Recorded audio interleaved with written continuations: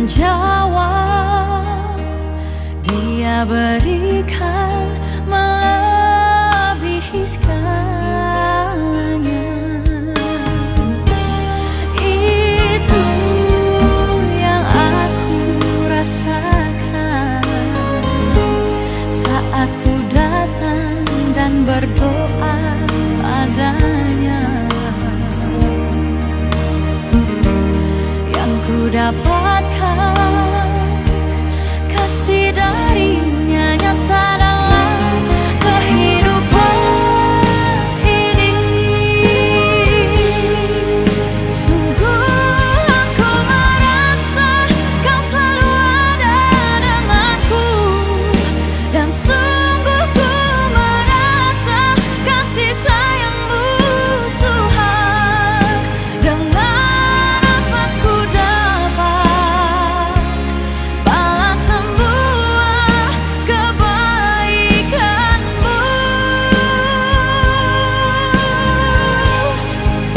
Tak ada sesuatu yang dapat ku berikan sebagai persembahan yang berarti bagimu. Ku serahkan hidup ini, pakai aku Tuhan untuk melayani-Mu.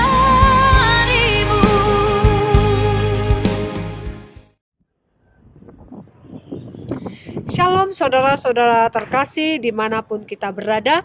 Salam sehat, salam damai, salam dari Tanah Karo, Kuta Kemuliaan. Sebelum kita memulai aktivitas kita di pagi hari ini, mari kita menghadap Tuhan lewat sapaan teduh kita. Kita bersatu di dalam doa. Kita berdoa. Kami bersyukur Tuhan atas nafas kehidupan yang telah Tuhan berikan di pagi hari ini. Kami bisa merasakan sukacita surgawi sehingga kami juga bisa memuliakan nama-Mu lewat sapaan teduh kami Bapa. Bapa, berfirmanlah lewat hamba-Mu, biarlah kami semakin diberkati lewat firman yang akan diperdengarkan oleh hamba-Mu Tuhan bagi kami semua. Melalui putra-Mu Tuhan kami Yesus Kristus, kami dalam memohon kepadamu. Amin. Saudara-saudara yang terkasih, firman Tuhan di pagi hari ini terambil di kitab Pengkhotbah 3 ayat 22. Demikian firman Tuhan. Aku melihat bahwa tidak ada yang lebih baik bagi manusia daripada bergembira dengan pekerjaannya. Sebab itulah baginya, sebab siapakah yang akan membawanya melihat apa yang akan terjadi sesudah dia. Saudara-saudara yang terkasih, firman Tuhan di pagi hari ini mengantarkan kita bagaimana kita melihat kehidupan kita selama setahun ini. Bagaimana kita bisa merasakan di akhir tahun ini ketika kita berkumpul bersama-sama dengan keluarga, ketika kita bersyukur Tuhan telah mengantarkan kehidupan kita di tahun sampai akhir tahun ini. Saudara-saudara yang terkasih, ketika kita menoleh ke belakang, ada keberhasilan yang kita harus syukuri, ada kegagalan yang harus kita ingat kembali dan evaluasi, dan mungkin di tahun-tahun ini ada sukacita yang sangat luar biasa menjadi anugerah Tuhan, ada duka cita juga yang mungkin kita mengharapkan kekuatan dari Tuhan. Hidup adalah pemberian Tuhan untuk kita jalani, bukan untuk kita khawatirkan. Ingat saudara-saudaraku, pengkhotbah mengatakan bahwa manusia tidak dapat mengetahui secara pasti apa yang terjadi di masa depan. Ketidakpastian sering membuat kita cemas di akhir tahun ini. Bagaimana tahun depan? Apakah kita bisa hidup lebih baik? Apakah rencana kita akan berhasil? Namun firman Tuhan pada pagi hari ini menegaskan bahwa masa depan bukan untuk dikhawatirkan secara berlebihan.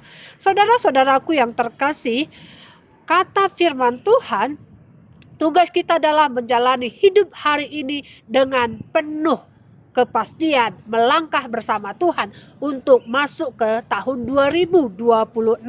Kesetiaan kita merupakan awal keberhasilan kita. Kita bagaimana bersuka cita dalam pemberian Tuhan, dalam anugerah Tuhan. Pengkhotbah berkata, bergembira dengan pekerjaan, sebab itulah baginya.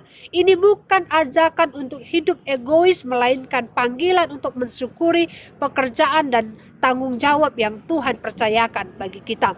Bagaimana kita menjalani pekerjaan-pekerjaan kita dalam 1 tahun ini, bagaimana juga kita akan menjalani pekerjaan kita di tahun depan. Mensyukuri pekerjaan dan tanggung jawab yang Tuhan percayakan ini menghindari kita untuk hidup dari ketidakpastian.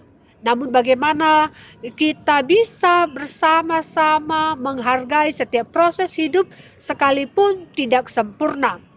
Menemukan sukacita di tengah keterbatasan. Di akhir tahun kita belajar bahwa sukacita sejati bukan berasal dari apa yang belum kita capai, tetapi dari kesadaran bahwa Tuhan menyertai setiap langkah kehidupan kita. Melepaskan masa lalu dan menyerahkan hidup kita di masa depan. Pengkhotbah berkata, siapa yang akan membawanya melihat apa yang akan terjadi sesudah dia. Ayat ini mengajarkan kita bagaimana kita melepaskan penyesalan masa lalu dan kita meninggalkan masa lalu, karena masa lalu itu hanya sebatas kenangan-kenangan yang membuat kita, memotivasi kita untuk melangkah pasti di masa depan.